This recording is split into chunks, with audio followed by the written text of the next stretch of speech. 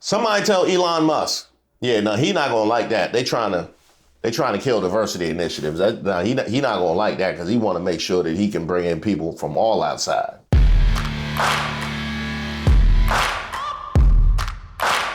Hi, welcome to Racist of the Week. This is where we expose the stupidity and hypocrisy of discrimination in hopes we can build a more perfect union.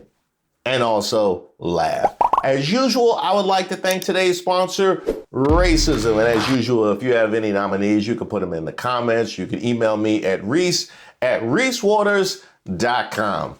Now, we have a bit of a first today because I've toyed around with the idea of celebrating allies and a platform to do so.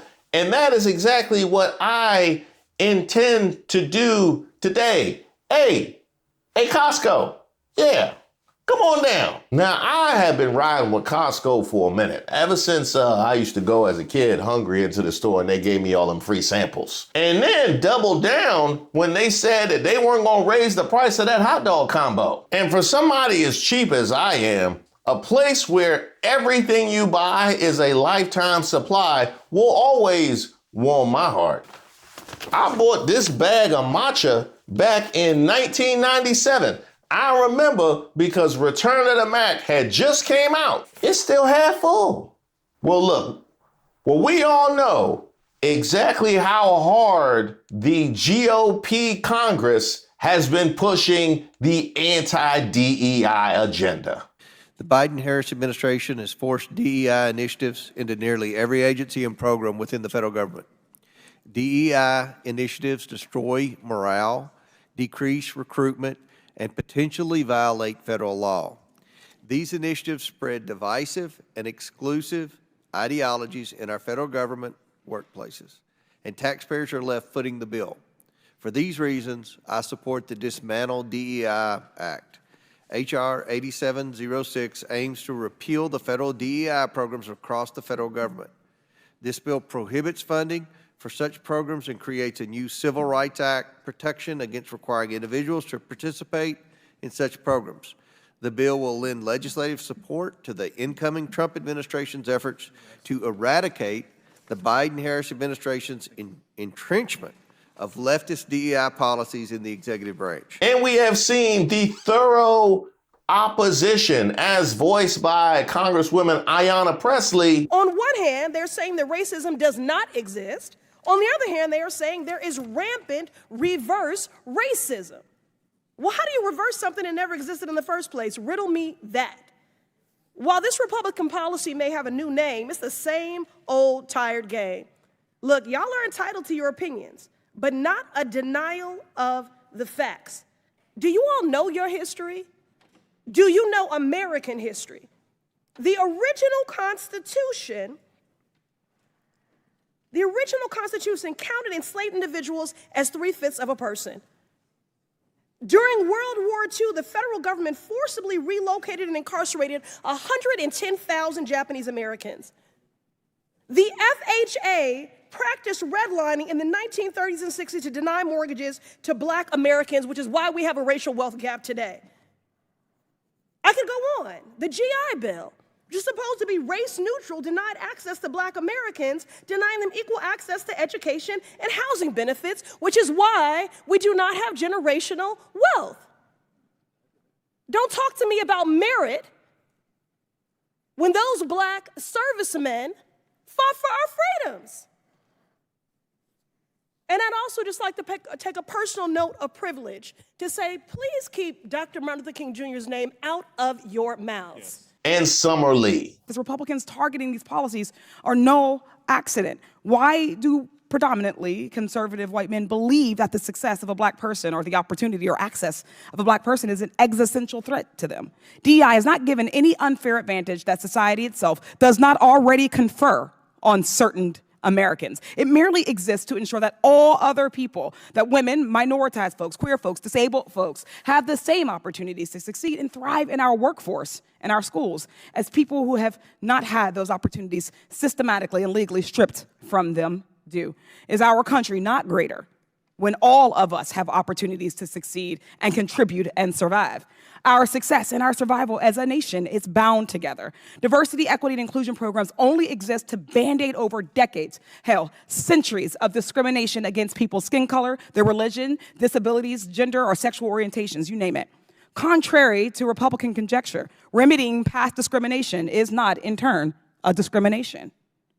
And we're not going to sit here and pretend racism is over just because one black person on the Supreme Court agreed that it should be. What DEI does not do is give some kind of magical pass to better jobs, like some of our colleagues are implying.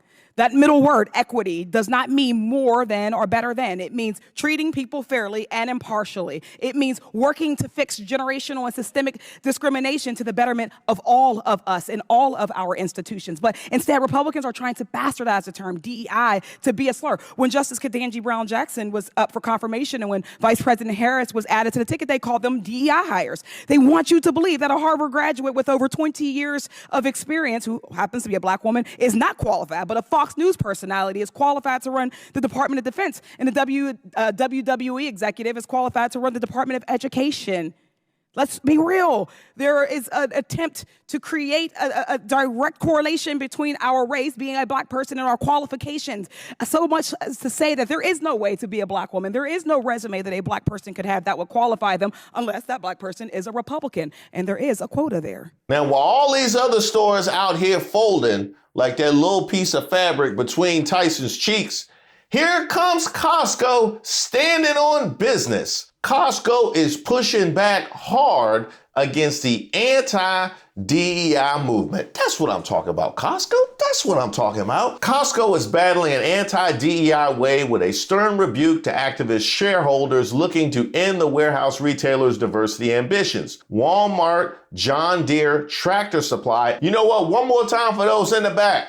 Walmart, John Deere, and Tractor Supply and other companies are changing or walking away from diversity, equity, and inclusion policies, but Costco believes DEI helps its treasure hunt shopping atmosphere, and it is standing behind its efforts. Costco's board of directors unanimously recommended that its shareholders vote against a proposal brought by a conservative think tank, the National Center for Public Policy Research, that would require Costco to evaluate and issue a report on the financial risks of maintaining its diversity and inclusion goals. The group criticized Costco for possible illegal discrimination against employees who are white, Asian, male, or straight. Now, keep in mind, they talked about the financial risks, right?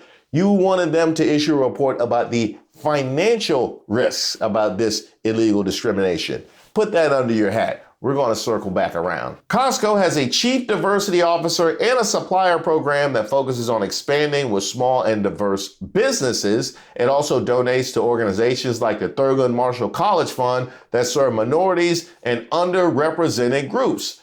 I had no idea that I didn't know Costco was down like that. You know, it makes sense because when I saw the mattress they were selling at Costco, the picture had kente cloth sheets on it. You know what I mean? And so I thought something might. I was like, is that kente cloth sheets on the mattress they selling?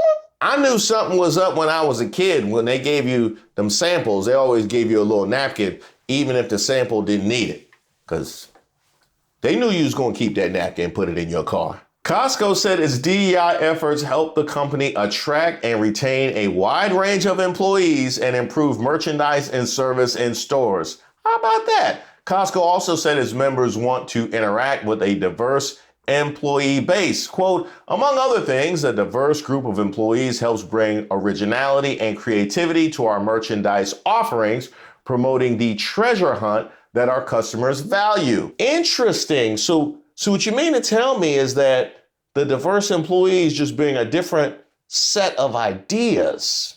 Huh. Where have I seen that before? Sounds a whole lot like what Elon Musk is talking about on X. You know, now that he's trying to push through them H-1B visas. Costco said in its proxy statement to investors, we believe, and member feedback shows, that many of our members like to see themselves reflected in the people in our warehouses with whom they interact. So what you mean to tell me is that it's good to have people who reflect your customer base, just to make sure that they know that they are in fact welcome. That is a fascinating notion and idea. You know, if I take that same logic towards, I don't know, Walmart, that tells you exactly who it is they want to make sure feels good. Who's that? Machines? Because I ain't seen nothing but self-checkout over there. They bad as CVS. The board went further in its recommendation to vote against the proposal, saying the think tank is masking its true anti-diversity agenda under the guise of reducing risks. One more time for those in the back. The board went further in its recommendation to vote against the proposal, saying the think tank is masking its true anti-diversity agenda under the guise of reducing risk. Costco said the NCPPR is inflicting burdens on companies with challenges to DEI, and the organization's broader agenda is to abolish diversity initiatives. So what you mean to tell me is that their real agenda is to make sure that we get absolutely no opportunity and they have the freedom to just place whoever they want in any and all positions of prestige, and they're making it about finances? Remember, we said finances. We'll circle back around to that. But wait, there's more. Quote, the proponent professes concern about legal and financial risks to the company and its shareholders associated with the diversity initiatives. The supporting statement demonstrates that it is the proponent and others that are responsible for inflicting burdens on companies with their challenges to long-standing diversity programs. The proponent's broader agenda is not reducing risks for the company, but the abolition of diversity initiatives. Somebody tell Elon Musk, yeah, no, he not gonna like that. They trying to kill diversity initiatives. He not gonna like that because he want to make sure that he can bring in people from all outside.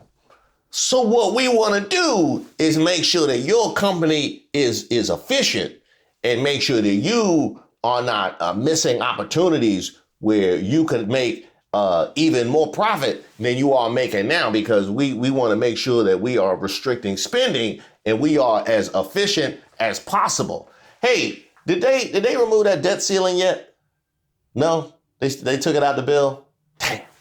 Costco released its proxy earlier this month, but the statement gained attention on social media this week. There's no single definition of DEI, but it's generally a mix of employee training, employee resource networks, and recruiting practices to advance representation of people of different races, genders, and classes, people with disabilities, veterans, and others. The shareholder resolution contends that Costco's DEI practices are potentially discriminatory, but Costco said its policies are legal and non-discriminatory. Costco, which pays some of its highest wages in retail and is considered a progressive employer, is backing DEI at a moment when such initiatives are under attack from right-wing activists, legal groups, and conservative customers and President-elect Donald Trump's incoming administration. One more time, Costco, which pays some of the highest wages in retail and is considered a progressive employer. Message. Remember that. Remember that. Message. Most companies are not abandoning DEI entirely, but some are modifying terminology from DEI to inclusion or belonging in an attempt to fend off pressure. Companies are also advertising their efforts less prominently than they were in 2020 and 2021. I wonder what made them in 2020 and 2021 all of a sudden they wanted diversity. That is fascinating. Just everybody at the same time, out of the kindness of their own hearts. Wasn't that nice? Hide the money, y'all. Now, remember the financial justification that they initially used for pushing this anti-DEI agenda. Now, when it comes to finances and diversity, Jasmine Crockett really landed the plane on that thing.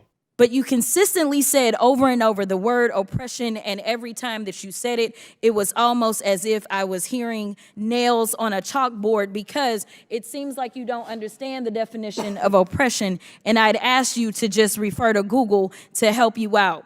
Oppression is the prolonged, cruel, or unjust treatment or control. That is the definition of oppression.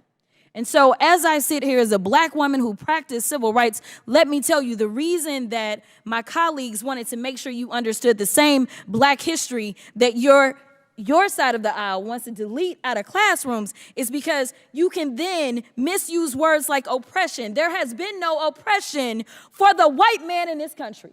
But as I sit here and I think about what we say and what I'm hearing as it relates to diversity when it comes to anything outside of making money. And to be clear, we are losing GDP every time we try to push back on this idea of diversity because all of us bring something different to the table. But this comes from Forbes. While those speaking out against DEI are seemingly getting louder and louder, there's a committed group of businesses and leaders who refuse to deny what diversity has done to grow their companies. Fascinating. So companies deciding in and of themselves what is good for their bottom line. Imagine that. This is a masterclass in how to address this topic in a clear and conscious way in the boardroom and with the information posted live online where it can be accessed and referred to as needed. The politics of DEI should not overshadow its power and potential. By 2045, America will be a majority people of color, and building a bridge to be inclusive of these voices allows companies to overcome the historic blind spot with these consumers when it comes to messaging, marketing, and elevating their importance to business, society, and the economy at large. How big is this blind spot, you ask? Over $6 trillion domestically and over $16 trillion globally. It is estimated that Black American spending power sits between $1.4 trillion and $1.8 trillion annually, a powerful economic bloc that's comparable to the gross domestic products of Mexico, Canada, and Italy. Latinos' purchasing power in the U.S. reached $3.4 trillion in 2021 and grew over 2 times faster than non-Latino counterparts. Asian Americans with $1.3 trillion in buying power have a median household income of over $104,000, well above the average income in the country. This demographic has grown 314% over the past 2 decades, becoming the fastest growing of all ethnicity groups. And when you step outside the U.S. to discuss global diversity in areas such as accessibility and LGBTQ+, those with disabilities and their families spend an estimated $13 trillion per year, while the LGBTQ community's financial strength is estimated to be around $3.9 trillion. Tapping into these consumer markets is not only smart, but also necessary for robust corporate bottom lines. An added bonus is that the collective intelligence, insights, and skill sets of diverse populations provide opportunities for employers to strengthen their workforce headcounts. And by watching companies like Costco tackle these issues in the boardroom, we can see why DEI is worth defending. Now, here's the thing. When you reach a certain point of achievement, it is customary to make sure that you show love and respect to those that were there when. You know, those people who held you down in the rough times, not now when everything is all good, in the rough times. And that is the kind of energy with all of this economic buying power that I just laid out that I would like to see us shower upon the people that are standing on business at a time like this. Because keep in mind, not only can you clearly not count on so many retailers and businesses at large to have our back, sometimes you can't even count on our own to have our back. Yeah, I'm looking at you, Roscoe's. The COO of Roscoe's Chicken and Waffles is currently... I don't know about you, but I'm about to buy a lifetime supply of both chicken and waffles from Costco for $12. I see y'all over there.